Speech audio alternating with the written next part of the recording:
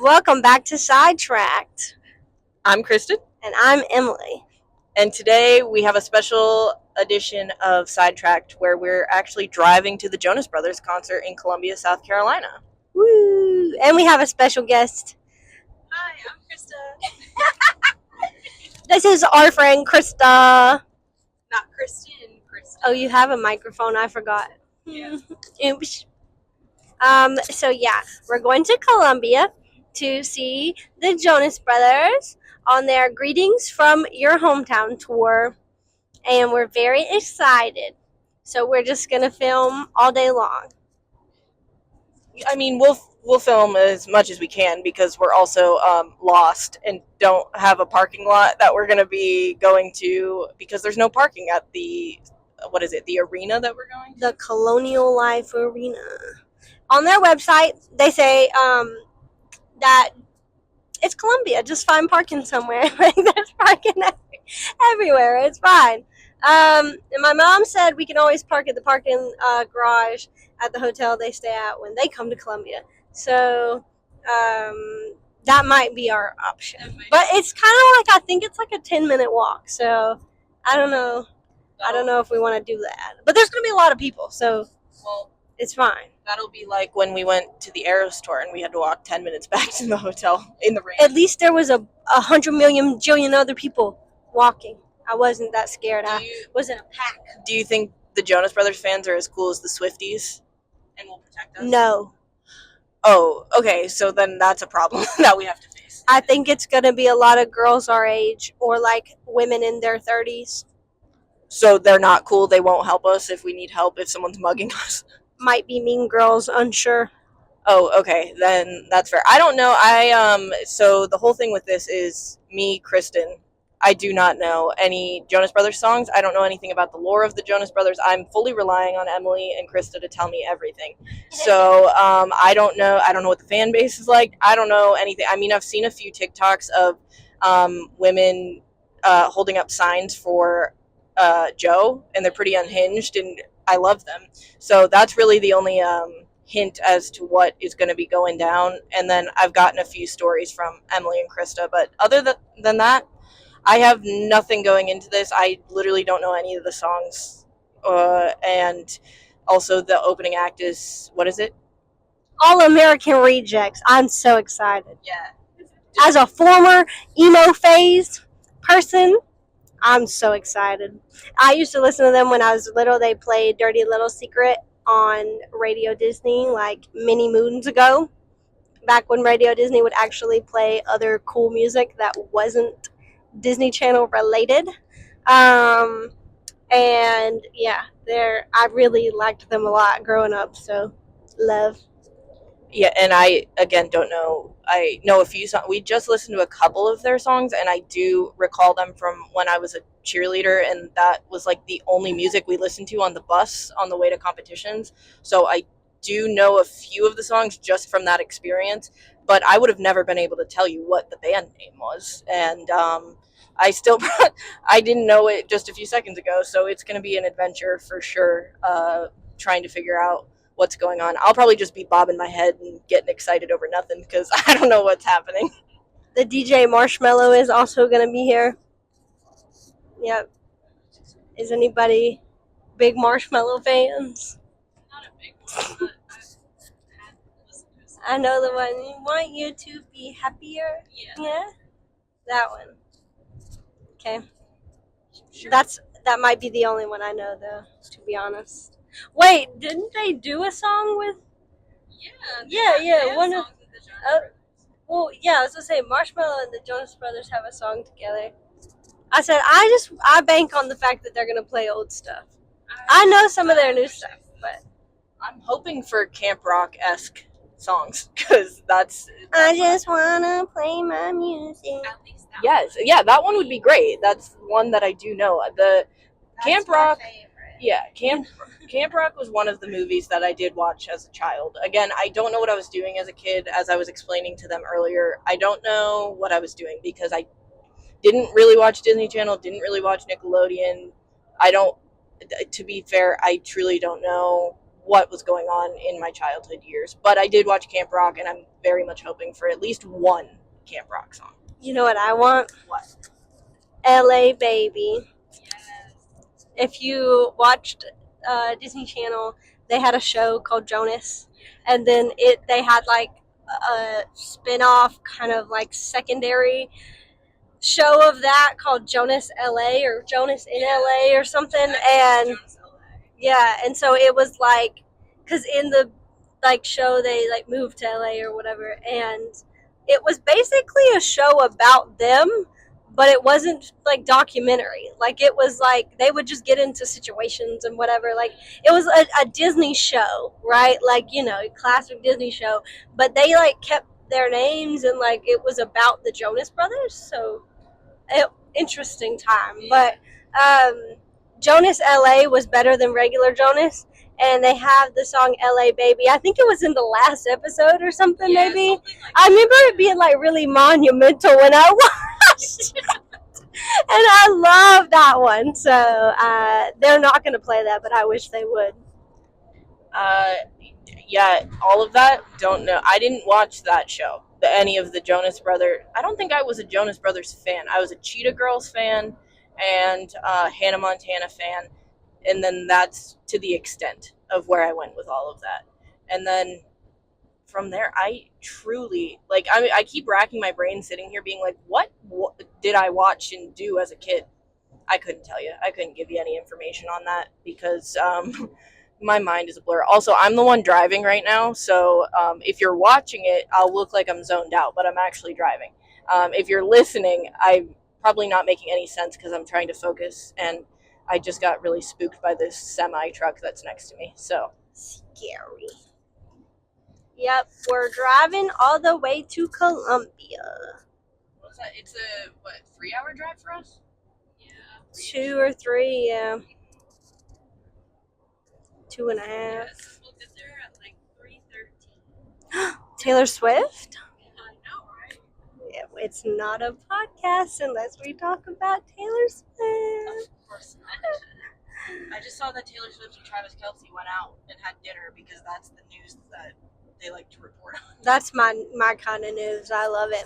Yeah, I don't know what they were doing exactly for their dinner plans. I didn't read the article, but I did see the headline of Travis and Taylor went to dinner. So that was a really exciting news article. I guess they had to post. This is the Jonas Brothers like 20-year anniversary tour. Yeah. Do you feel old? Do I feel old? Yes. The Jonas Brothers 20th anniversary tour. It doesn't, because I'm not such a huge fan, like I didn't grow up like listening to them or whatever, I don't think it hits me as hard as it would someone that did listen to them like through their Disney Channel years and stuff. And so I don't feel that to that extent. I'm also going through a lot in my life right now where everyone keeps being like, you're young, like you'll get through it, you'll get past it. And so in my brain right now, I'm like, I'm young. I'm young, so I'm fine. But no, I mean, for me to go to the concert, I don't feel that way. But I feel like for you and Krista that probably listened to them growing up, you guys have a different outlook on that. Yeah, I definitely feel old. I went to the concert in 2009, and I still have their concert T-shirt from then, and it's just crazy. I was always a Joe girl, always. Well, Taylor Swift's first album turns 20 next year, in October of 26. And then I just got tickets to a band called Boys Like Girls. They're doing their self-titled album. Its 20th anniversary is next year, so they're playing it like front to back at these shows, which is so exciting. And I sent it to my cousin, and because he kind of got me into a lot of this music when I was younger, because me and him are like 10 years apart. So we listened to a lot of this stuff together, and I sent it to him, and I was like, look, I got tickets for this. He goes, 20th anniversary makes me want to jump off a bridge. I feel so old. And I was like, and I told him we were going to see the Jonas Brothers, and like All American Rejects, and then like Taylor Swift's first album is turning 20 next year. So that's crazy. Well, the reaction I've gotten, like, because I've talked to a few people, like, I literally got off the phone with someone just before we left, and he was like, "Hey, what's up?" And I was like, "I'm on my way to a concert." And he was like, "Oh, that's so cool. Who are you going to see?" And I said, "The Jonas Brothers." And he laughed so loud in my ear. He was like, "That's really crazy that you're going to see the Jonas Brothers." And I was like, yeah, I mean, I guess it is, but I also don't know if that's because people know who I am and know that I've never been a music person, so I don't listen to music. I've only recently gotten into music, so I don't know if that's their reaction or the fact that it's the Jonas Brothers and it is like their 20th anniversary like thing, because they're all around. Like, anyone I've talked to who's all been around like my age or our age, and they've been like, yeah, that's kind of crazy. Like, I think that like 4 or 5 people I've talked to, they're like, that's kind of crazy. You're going to see the Jonas Brothers, and I'm like, I feel like it's pretty normal. They've been on tour for a while, right? They keep doing tours all the time. I feel like they have done so many tours since they got back together when we were in high school. So like they got back together, I think formally back together. Like I think my senior year of high school, which been like 2018, 2019, somewhere in there. And like they have toured nonstop almost. I mean, they've had breaks and stuff, of course, but they have like consistently toured since then, like frequently. Okay, yeah. I mean, again, I don't follow them that much. I didn't realize they got back together so long ago. My thought process was I thought they got back together in 2020, just out of somewhere in my brain. I thought that's what happened, but yeah, I didn't think they'd ever get back together because it was like a weird split for them, and then everyone kind of was like, yeah, they're never going to get back together, and then all of a sudden it was like they're back together and they're doing all this stuff and they're going on tour. And I truthfully, before you asked me to go to this show, I had no idea they were on tour. I didn't even see anything about it. I am so out of the loop on most things. I am chronically online, unfortunately.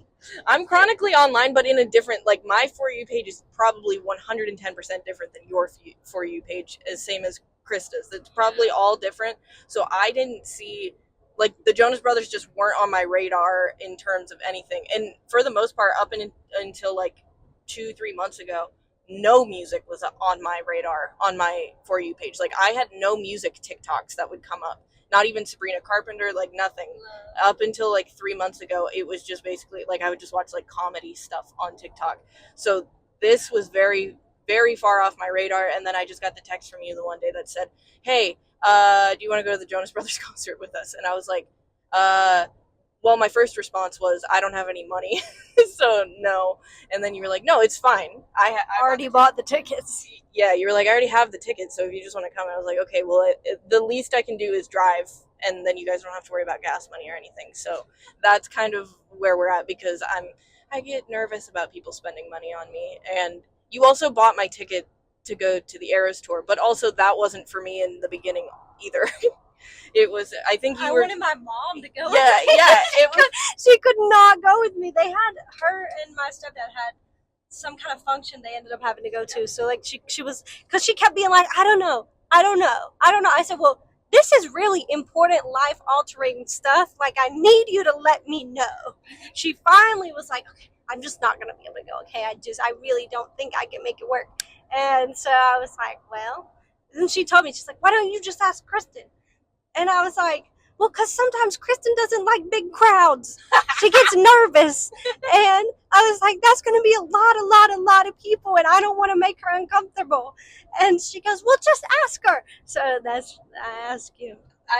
I love that story because I didn't know that half of the story, but that is such a fair assessment of me. Yeah, I don't like big crowds. Like, even my parents, knowing that I was coming to this concert, they were like, "You don't like crowds?" And I was like, "I do not. Like, I am not good in crowds." And I mean, I feel like we navigated the Eras tour, which was 70,000 people. We did it very well. I mean, we stood in line for, I think, 8 hours, like just sitting on the sidewalk. Yeah. So it's not like we were ever really in a big crowd. Even when we left, we lagged behind. So we never were stuck in like a big pod of people. We got kicked out of there. That lady told us we had to leave. We did get kicked out, yes, because they're like, you can't stay in the stadium, even if it's raining. And we were like, okay, I guess we're walking back in the rain. But even then, like, we walked back to our hotel, which was like 10 minutes away, got back there, and then we left in the morning. So we never got stuck in traffic. We never, like, for it being such a chaotic, like, concert experience like it was supposed to be, I never felt that way at the Eras tour, which is one of the, if not the biggest concert. So I was like, yeah, that's fine. So I figured if I could go to that one and navigate that one properly, then I would have no issue going to this one. And so I think I'll be good. And I'm trying to prepare myself. I really want to get tickets to go see Conan Gray in March. Yes. And I don't know. Do it. Well, would you guys want to come with me? I'll go anywhere. I don't care. Okay, the tickets are like $75. Okay. So let's get tickets and we'll go because I'm so. Where? The It- Ritz in Raleigh. Yeah, in Raleigh. And so I'm trying to get myself more Who's acclimated.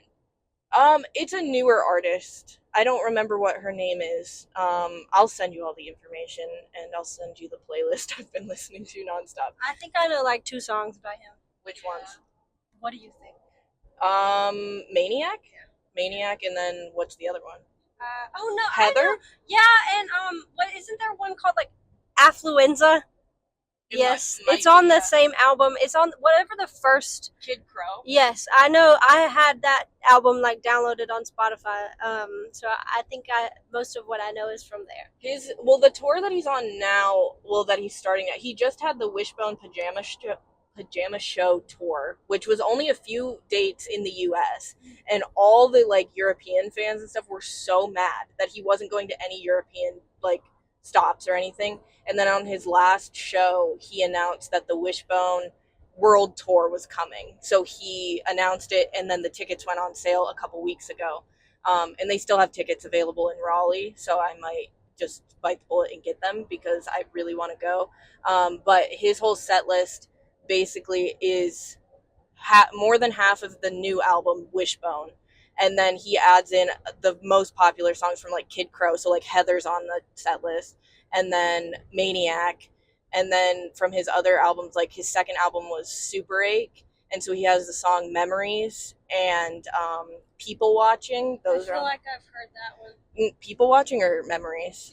People Watching is good. I'll probably end up playing you a few songs when we're driving, but yeah, he just announced the world tour, and then everyone was like freaking out, being like, I'm gonna win the Ticketmaster war or whatever.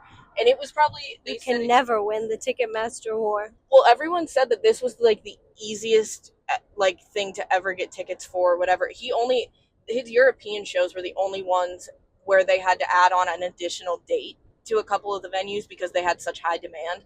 But like some of the shows, like I said, Raleigh still has open seats, so I'm like fully like prepared to get tickets and just go. Is he playing a seated venue or like a I'd have to look. just open like floor venue? I can't remember. The Ritz is open floor. Like it's like GA, like the House of Blues. No, he got bigger, so he's doing like stadiums and stuff now. He might be at, I don't know if it's still called the Red Hat Amphitheater, but I think that's in Raleigh too. That sounds familiar. It might be. I literally can't remember. He was just playing in Raleigh too for the Wishbone Pajama Show tour. So like he's coming back. And so I've been like debating on getting tickets because like obviously my employment status is not where I want it to be right now, but I think by March I'll be fine and be able to do it. So so I'm trying to acclimate myself with bigger crowds at this point. So like this will be a good way to get to it.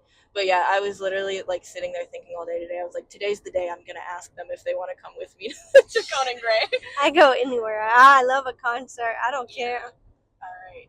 And I think with tours, a lot of people, ever since like the Eras tour debacle, I think a lot of people overestimate the demand for certain artists.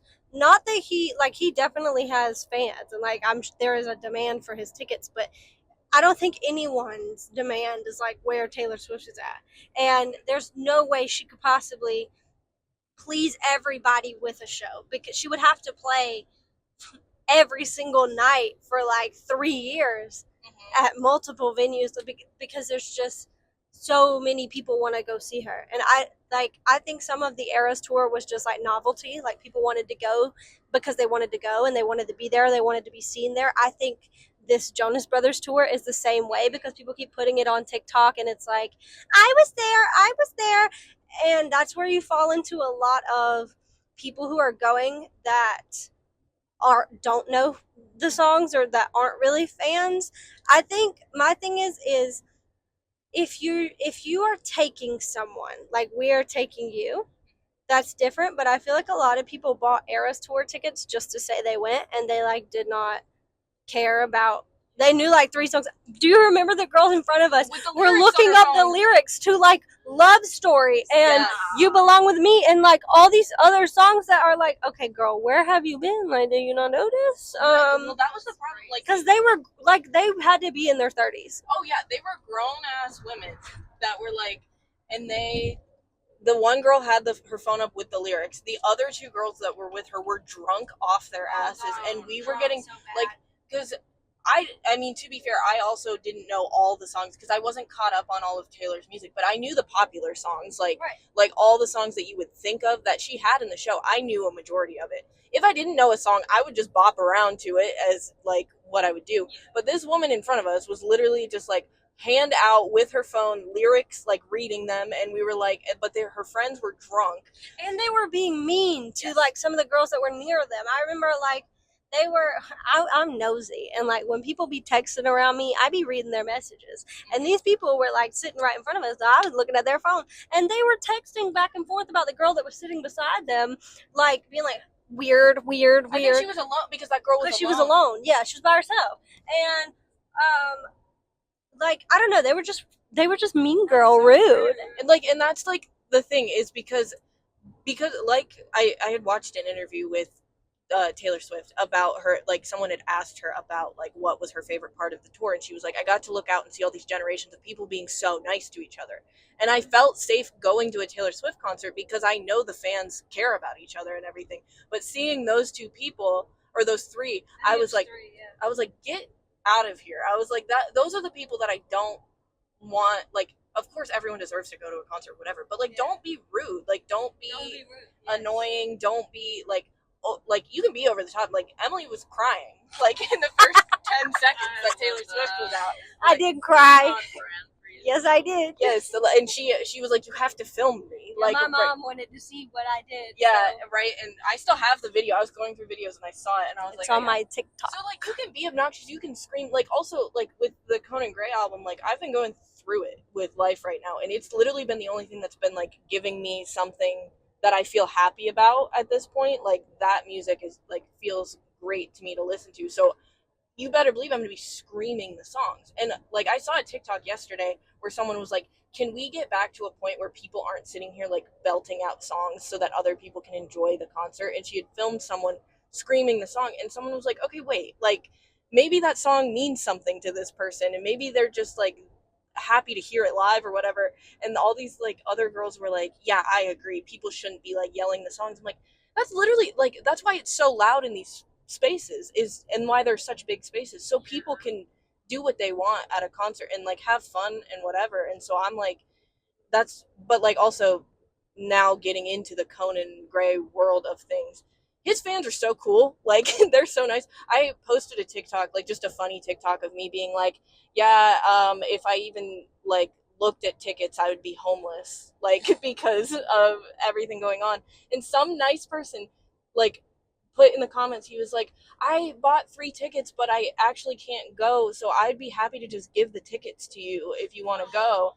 And I was like, where are you at? And he was in Philadelphia. So I was like, I can't, I was like, that's not, I mean, even though like I have friends up in PA, so like I could probably have done it, but I was like, that is literally so nice of you. And then he commented back and he was like, you deserve to be happy, so hopefully you get to go. And I was like, I was like, that's the cutest thing. Like, literally never met these people, and also I'm a new fan, and some people have also been posting like about anyone, like any people that are like, if you started listening to Conan at this point in time, you shouldn't be getting tickets to go this. And I'm like, wait, you can become a fan of anybody at any time. Like, I don't know why there's a cutoff for what, like, I don't know all his music, I don't know his whole lore at this point in time, but I'm learning, and I like his songs, I know all the lyrics to the songs I've listened to, so like I feel like I still deserve to go over like, and that's what bothers me about anyone like telling people that they can't go just because they just started listening to music.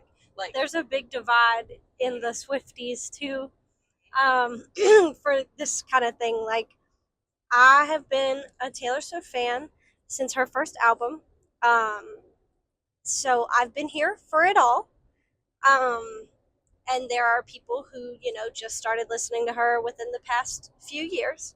I don't think that I think everybody, if you like the music, go to the concert. If you enjoy the music, go to the concert. I don't think it.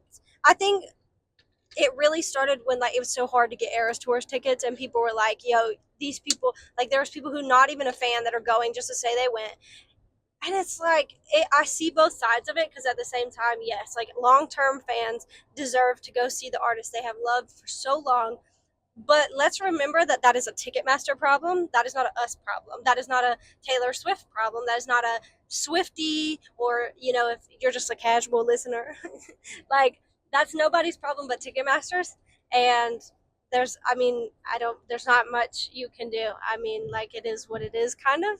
But I do say, um, sometimes these newer fans of any artist, not just Taylor Swift, they be doing stuff. And they do, oh my God, I don't know if you guys have seen the discourse about Billie Eilish and her concerts at the Spectrum Center in Charlotte.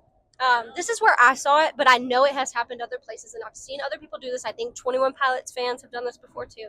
They do these, okay, people throw things, and that's crazy. They've been doing these fan-made wristbands to go in line. So, like, Billie has had pit for her shows. The Jonas Brothers are all seats. Yeah. The Eras Tour was all seats. It was no pit. So what they're doing is the fans, I know, like, for Billie and 21 Pilots, like, camping is a big thing. I know people used to do it for Harry Styles when he had his residency at Madison Square. Yeah, they camped out. Yeah, like, camping was a thing, and camping has been a thing for a while. I mean, way back when, people used to camp to get tickets when you couldn't buy tickets online. You would camp out at the venue so you could get the tickets. But the problem now is that people will camp. They'll have the tickets. They'll camp to be on the barricade for the pit of these shows. And a lot of venues they don't allow people to do that anymore, because people will leave their tents, leave their trash. It just creates problems. And it's like, it's all around. It causes issues sometimes. Venues don't want you to do it. People do it anyway sometimes. It is what it is. What they were doing, though, was they were camping out like the day before. And then they get these little, like, paper wristbands. You know, the, like, 21 and up wristbands you get at the House of Blues? Okay, they get, like, those paper wristbands from Amazon. And what they do is they'll line up the day before and put a number 1 on their wristband and be like, I'm the first person. They'll leave.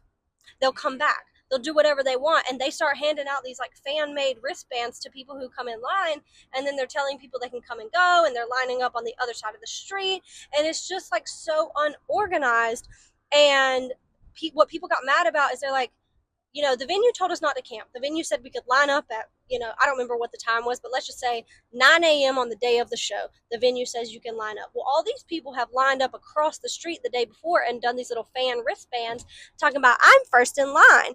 And the people at 9 a.m. who lined up when the venue said so, when it was the appropriate time to do so, then are coming, these people with the fan-made wristbands are trying to skip them in line, and it created this, like, whole big ordeal. And it's like, I think ever since COVID, we have lost concert etiquette, okay? Because that was not a thing. When camping is fine, whatever, I don't care. But I think these fan-made wristbands where people can say, I'm first, and I can leave the line, and I can come back, blah, blah, blah, blah, blah. who put you in charge? I didn't know you worked for the venue. What? And so I remember it was all over TikTok because it happened at the Spectrum Center in Charlotte, and people were ill. They were like, "This is not okay." And I think venue staff really didn't do a lot about it. It was just a whole ordeal. But my cousin, she loves 21 Pilots, and I think they sometimes do stuff like that too, like the fan made wristbands. The only time I've had dealings with that is one time we were at a show. It was a small venue. I think it was at like the Fillmore in Charlotte or either the Underground in Charlotte. There was about 10 of us in line, and it started to rain. And so what we did is someone had a Sharpie, so we just put numbers on our hands, 1 through whatever. And we all agreed, like, hey, let's just line up the same way we were when we get back.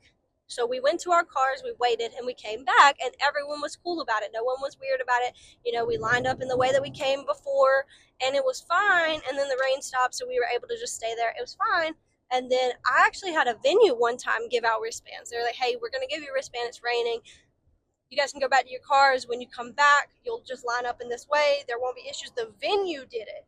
So it was serious, I guess. But but like stuff like that makes sense. If it's raining and we need to go to our cars because of lightning and whatnot, like obviously stay safe. But the fan made wristbands and concert etiquette, and it's all crazy. I think you should go. You should have fun, but also Just be respectful. be respectful. You know when you're too loud. I feel like you can sing loudly, you can cheer, you can scream. You know when you're being too loud.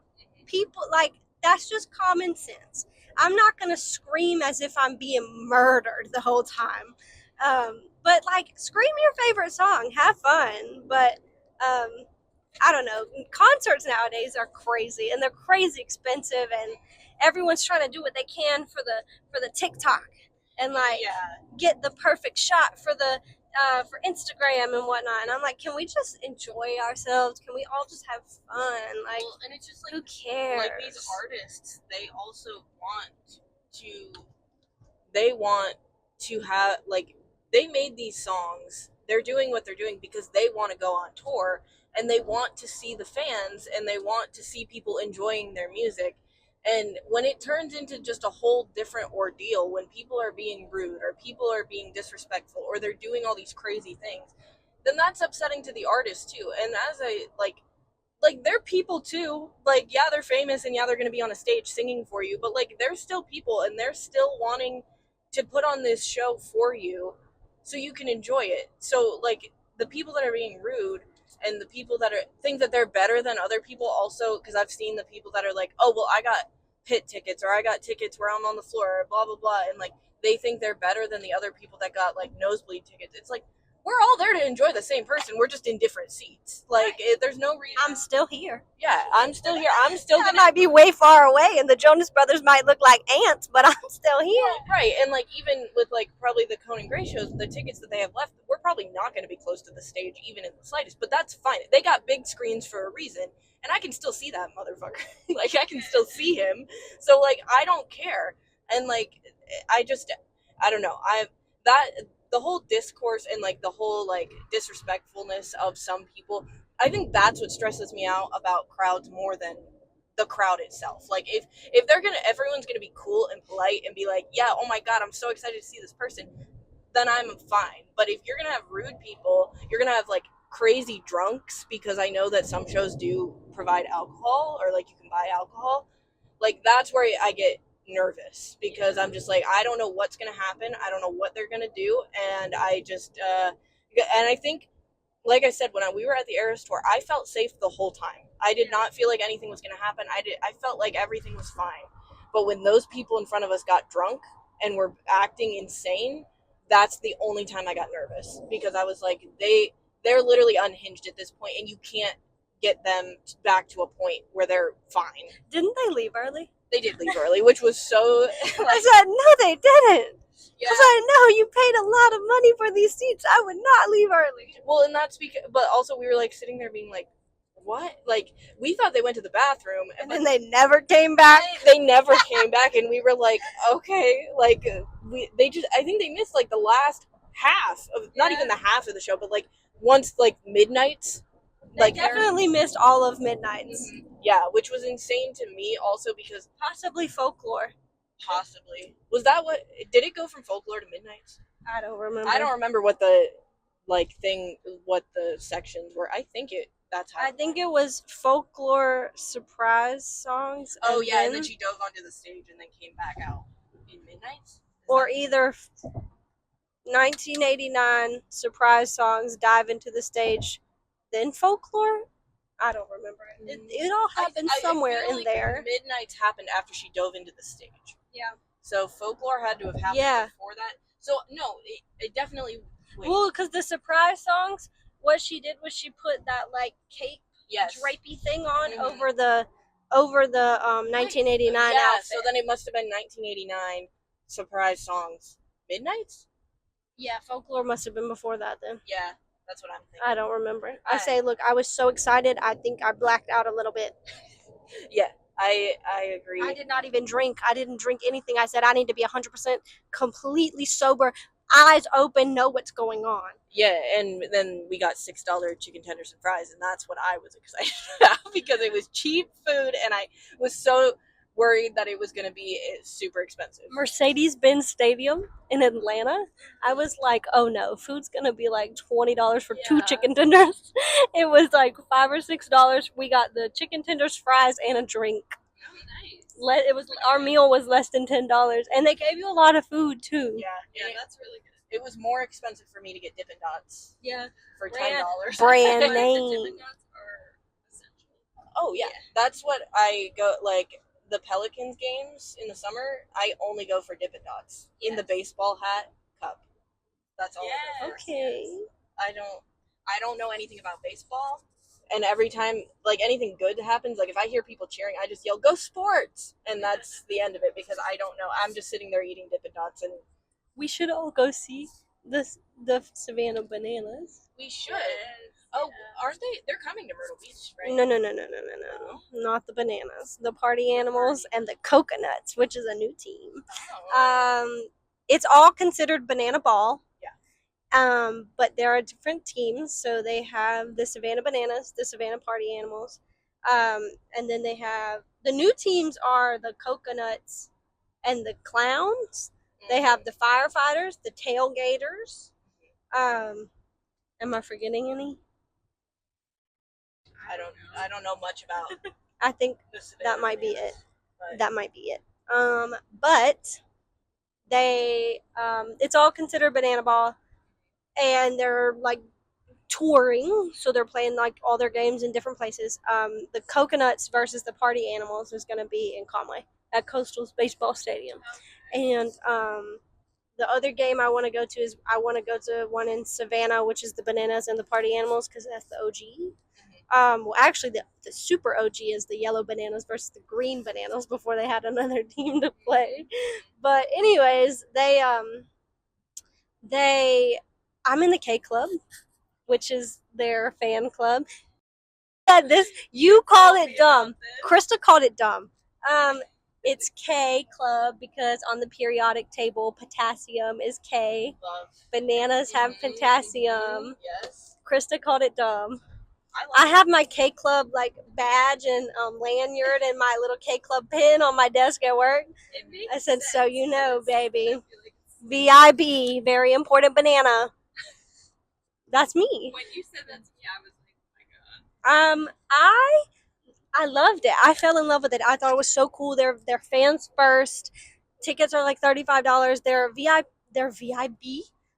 Very important banana. It's where you get it. Those are like special tickets. They're like $100 each, and you get to meet all the players. And I think you get like a swag bag and stuff. And I had tickets for that, but then when the hurricane came through, you asked me to go to that, and I said couldn't I go. don't know when because they rescheduled it, and then I couldn't go anymore. So sad. Yeah, we'll have to plan. We'll go. But yeah, we should go to the one in Conway, and we can try to get tickets to the one in Savannah because they're not playing. The Bananas are not playing very many home games this year because they have so many fans. They're trying to play in a lot of places because they're very fans first. That's their whole thing. Jesse Cole, that's like he's very fans first, and All American Rejects, they were doing house parties. Did you guys see that on TikTok? So the band who's the opener tonight, All American Rejects, they basically went on TikTok and were like, yeah, we don't like how Ticketmaster the prices are crazy and it does not allow our fans to come see us sometimes because tickets are expensive and they sell out and blah blah blah blah and you have to pay like $200 in fees and everything.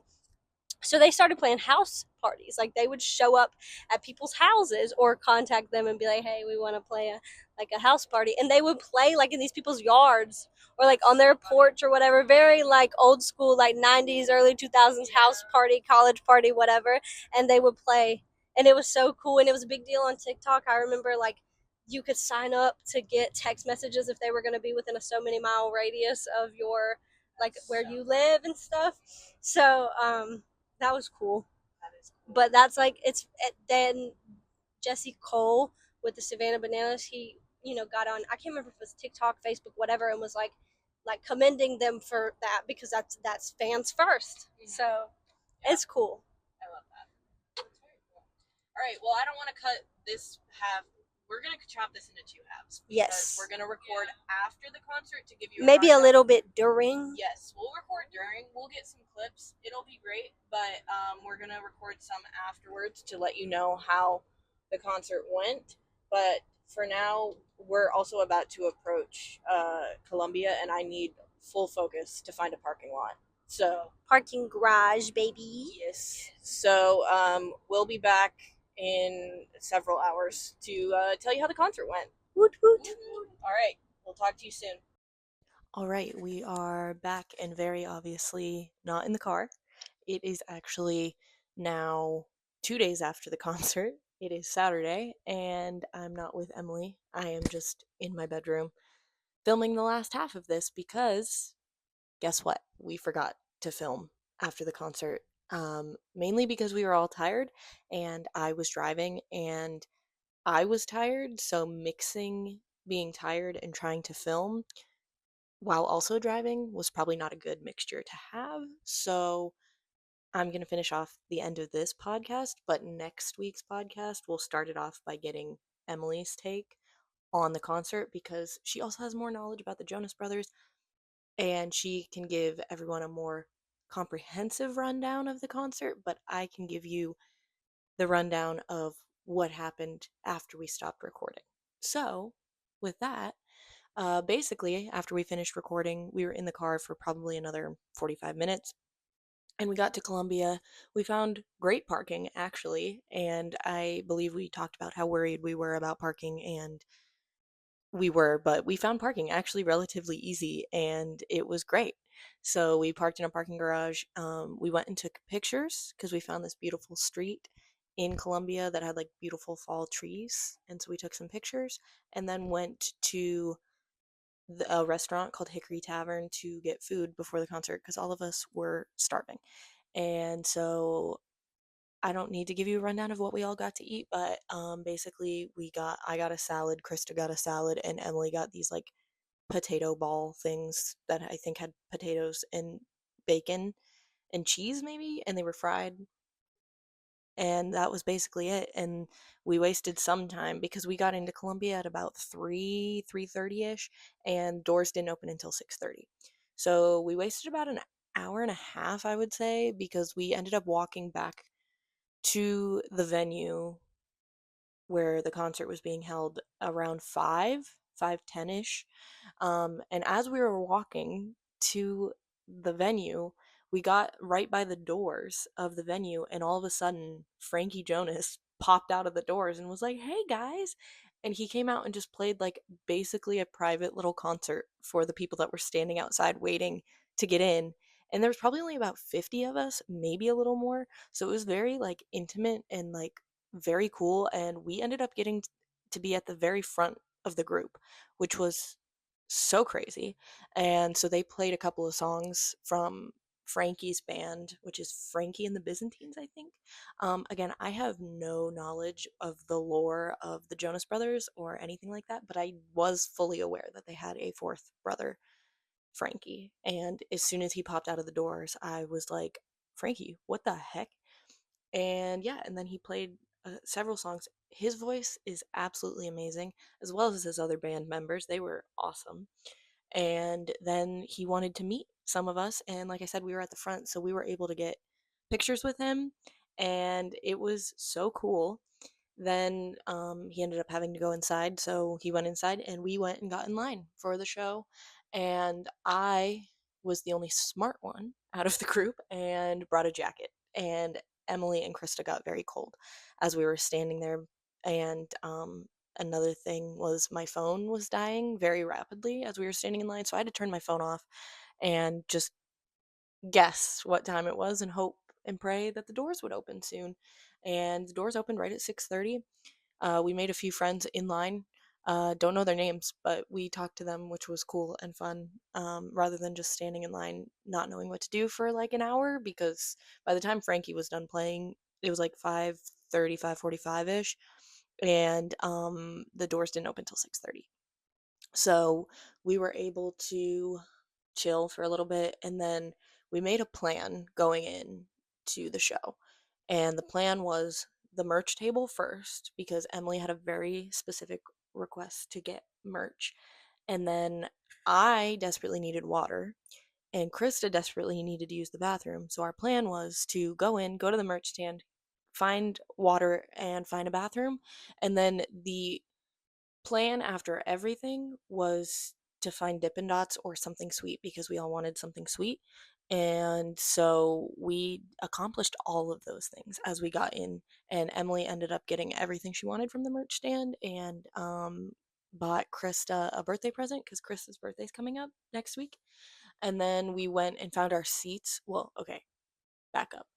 The next plan was water. And while they were at the merch stand, because I wasn't buying any merch, I went and got water, and I chugged that bottle so fast. I must have been super dehydrated, because, man, water was great at that point in time. And then we found a bathroom for Krista, and then we found our seats, and our seats were incredible. Like, Emily and Krista, snaps to you guys, because the seats were great. Like, we were in the lower bowl, kind of like we were away from the stage still, but we still had a great view, so it was amazing. And then as we were sitting there, I still was on a mission for Dippin' Dots. So we left, and all we had seen walking in was an ice cream stand, like a soft serve ice cream stand. So I didn't have hope that there were Dippin' Dots. But I was like, you know what? It's a stadium, or like an arena of sorts.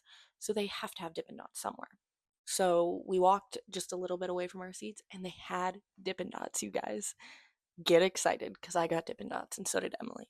And I got chocolate Dippin' Dots. Usually I'd go for banana split Dippin' Dots, but not a lot of stands have that. I used to be a big cotton candy Dippin' Dots person, but I kind of, my palate has matured a little bit. And I got chocolate, and it was so glorious, and I loved it. Um, but then as we went back to our seats, the first part of the show started, and Frankie and his band came out to play for the first 15 minutes of the show, and we were standing to watch and be respectful of Frankie and his band, but I was still eating Dippin' Dots. So I was standing there eating Dippin' Dots while they were playing. But again, they were an amazing band. They were so good. And Frankie ran through the entire audience.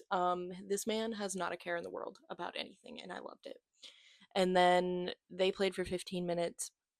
And then All American Rejects was the opener, and they started playing.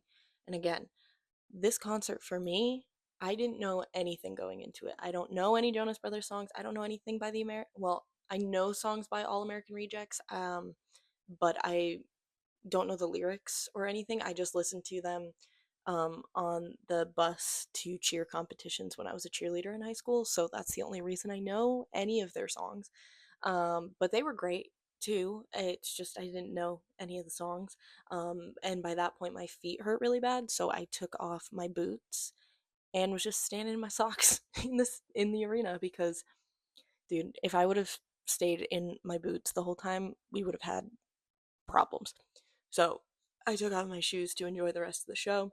Once All American Rejects got off the stage, then they had like a brief, like 20-minute to 30-minute intermission before the Jonas Brothers came out. So that's when Emily went and bought yet another sweatshirt and Krista went and saw one of her friends that was actually at the concert, just in a different section, and I sat down because my feet hurt, and I started getting a migraine.